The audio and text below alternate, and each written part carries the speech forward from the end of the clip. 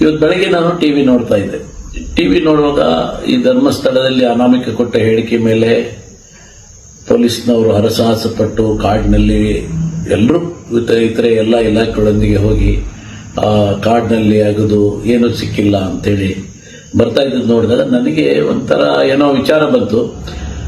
ಈ ಕಂಪ್ಲೇಂಟ್ ಏನು ಕೊಟ್ಟಿದ್ದಾನಲ್ಲ ಅನಾಮಿಕ ಅಂತ ಏನು ಹೇಳ್ತಾ ಇದ್ದಾರೆ, ಅವನು ಮಾನಸಿಕವಾಗಿ ಸ್ವಸ್ಥನಾಗಿದ್ದಾನೋ ಇಲ್ವೋ.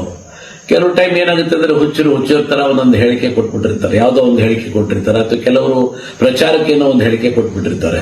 ಇಂಥ ಸಂದರ್ಭದಲ್ಲಿ ನನಗನಿಸ್ತು ಇದು ಪೊಲೀಸ್ ಇಲಾಖೆ, ನಾನು ಒಬ್ಬ ಪೊಲೀಸ್ ಇಲಾಖೆಯಲ್ಲಿ ಕೆಲಸ ಮಾಡಿದ್ರಿಂದ ನನಗನಿಸ್ತು ಇದನ್ನ ಮೊದಲನೇದಾಗಿ ಅವನ್ನ ಹೋಗಿ ಮಾನಸಿಕ ತಜ್ಞರ ಜೊತೆ ಹತ್ರ ಹೋಗಿ ಅವನ್ನ ಕರ್ಕೊಂಡು ಹೋಗಿ ಅವನು ಮಾನಸಿಕವಾಗಿ ಸ್ವಸ್ಥನಾಗಿದ್ದಾನೋ ಇಲ್ಲೋ ಅನ್ನೋದನ್ನ ತಿಳ್ಕೊಂಡ್ರೆ ಉಳಿದಂತ ಕಷ್ಟಪಡುವಂತ ಪ್ರಮೇಯ ಬರೋದಿಲ್ಲ.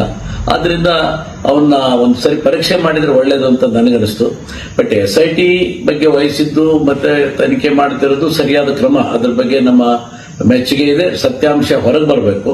ಆದ್ರೆ ಸತ್ಯಾಂಶದ ಹೆಸರಿನಲ್ಲಿ ಇವತ್ತು ಸುಮ್ಮನೆ ವಿನಾಕಾರಣವಾಗಿ ಈ ಮಳೆಯಲ್ಲಿ ಈ ಚಳಿಯಲ್ಲಿ ಅಲ್ಲಿ ಹೋಗಿ ಅಗಿಯೋದು, ಆಮೇಲೆ ಇದು ಅವ್ರ ಕಷ್ಟ ನೋಡಿದ್ರೆ ಪೊಲೀಸ್ನವ್ರ ಕಷ್ಟ ನೋಡಿದಾಗ ನನಗನಿಸ್ತು ಇದಕ್ಕೆ ಸ್ವಲ್ಪ ಬುದ್ಧಿವಂತಿಕೆ ಉಪಯೋಗಿಸಿ ಅವನು ಫಸ್ಟ್ ಅವನ್ನ ಅಸರ್ಟೈನ್ ಮಾಡ್ಕೊಳ್ಳಿ, ಅವನು ಸರಿಯಾಗಿದ್ದಾನೋ ಇಲ್ಲೋ.